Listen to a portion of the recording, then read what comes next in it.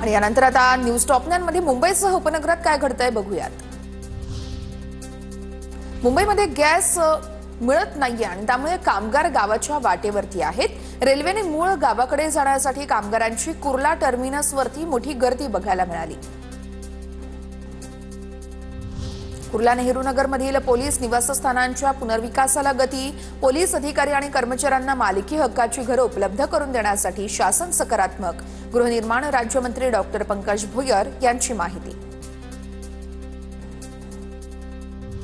Mumbai metro 11च्या प्रकल्पासाठी शासनाचा JICA सोबत करार। 5,500 कोटींच्या निधीमधून 14 नवीन मेट्रो स्थानकं तयार होणार। धारावी, वडाळा, शेवडी, भायखळा आणि गेटवे ऑफ इंडिया यांसारख्या प्रमुख भागांचा यामध्ये समावेश। मीरा भाईंदर महानगरपालिका मालमत्ता कर विभागामार्फत आता 243 कोटी रुपयांची कर वसुली। 128 कोटीहून अधिक कर ऑनलाईन पद्धतीने भरला। नागरिकांची डिजिटल कर भरण्याला पसंती। सलग 2 दिवस 36 अंश सेल्सिअस तापमानाने चटके दिल्यानंतर बुधवारी मुंबईचा पारा 2 अंशांनी घसरला। पुढील काही दिवस तापमान 34 अंशांवर स्थिर राहण्याचा अंदाज। डोंबिवलीमध्ये रेल्वेच्या कचऱ्यामध्ये फळ भाजीपाला लपवला। कारवाई टाळण्यासाठी फेरीवाल्यांचे संतापजनक कारस्थान। केडीएमसीकडून अस्वच्छतेत ठेवलेला मालही जप्त। कल्याण डोंबिवली महानगरपालिका क्षेत्रात होर्डिंगमधून मिळणाऱ्या उत्पन्नावरून खडाजंगी। केडीएमसी पालिकेचे ठेकेदार मालामाल तर पालिकेला फक्त 5 कोटींचं उत्पन्न मिळालं। शिवसेनेचे नगरसेवक सचिन पोटे यांच्याकडून भ्रष्टाचाराचा आरोप। मार्वे मनोरी फेरी सेवेत बनावट पासेसचा वापर करून प्रवाशांची लूट।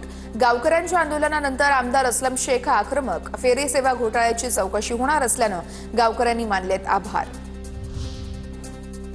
मुंबई महापालिका कर्मचाऱ्यांना मोठा झटका। 25,000 कर्मचाऱ्यांच्या एप्रिलच्या पगारामध्ये 10 ते 50,000 रुपयांची कपात। तर सॅप प्रणालीमध्ये तांत्रिक गडबड असल्याची माहिती। हजेरी गैरहजेरीची नोंद कर्मचाऱ्यांना भोवली।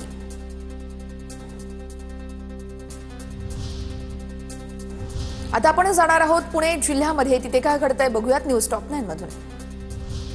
पुण्यामध्ये सकाळी 7 ते रात्री 9 पर्यंत बांधकाम करता येणार। पुणे शहरातील बांधकामांना पालिकेने वेळ ठरवून दिलाय। शहरातील प्रदूषण रोखण्यासाठी पालिकेचा मोठा निर्णय। पुण्यातून एकही नवीन विमान सेवा सुरू होणार नसल्याचं स्पष्ट।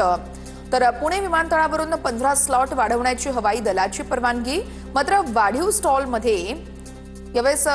स्लॉटमध्ये नव्यानं एकही ठिकाणी विमान सेवा सुरू होणार नसल्याचं समोर।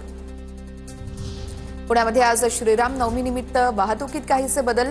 बाजीराव रस्ता आणि लष्कर भागातून मिरवणूक काढण्यात येणार असल्यानं दुपारी 4 नंतर वाहतूक बंद। वाहन चालकांनी पर्यायी मार्गाचा वापर करण्याचं वाहतूक विभागाचं आवाहन। भोर नगरपालिकेमध्ये 31 मार्चपर्यंत थकीत कर भरणाऱ्या नागरिकांना दंडाच्या रकमेत 100% सवलत। कर वसुलीला गती देण्यासाठी नगरविकास विभागाकडून अभय योजना लागू। पुण्याच्या भोर तालुक्यातील जांभळीमध्ये वृद्धाची निर्घृण हत्या। जावयाच्या हॉटेलमधीलच एका आचार्यानं किरकोळ कारणावरून हत्या केल्याचं समोर। राजगड पोलिसांकडून 6 तासातच हत्येचा उलगडा। पुण्याच्या भोरमध्ये ग्रामदैवत जानाई देवीच्या यात्रोत्सवानिमित्त देवाची काठी पालखीची मिरवणूक काढण्यात आली आहे। बँजो पारंपरिक वाद्याच्या तालावरती भोर शहरातून मिरवणूक काढण्यात आली आहे आणि मोठ्या संख्येने यावेळेस भाविकांची उपस्थिती बघायला मिळाली आहे। नदीपात्रातील जलपर्णीपासून होणारं प्रदूषण थांबवा। रयत क्रांती संघटनेकडून मुख्यमंत्री देवेंद्र फडणवीस आणि पर्यावरण मंत्री पंकजाताई मुंडे यांना निवेदन। पुण्यातील हवेली उपअधीक्षक कार्यालयाअंतर्गत 46 कर्मचारी चौकशी होणार। जमीन मोजणीमध्ये गैरव्यवहार प्रकरणात याआधी उपअधीक्षक अमरसिंह पाटील यांच्या निलंबनानंतर आता 28 कर्मचाऱ्यांची चौकशी केली जाणार।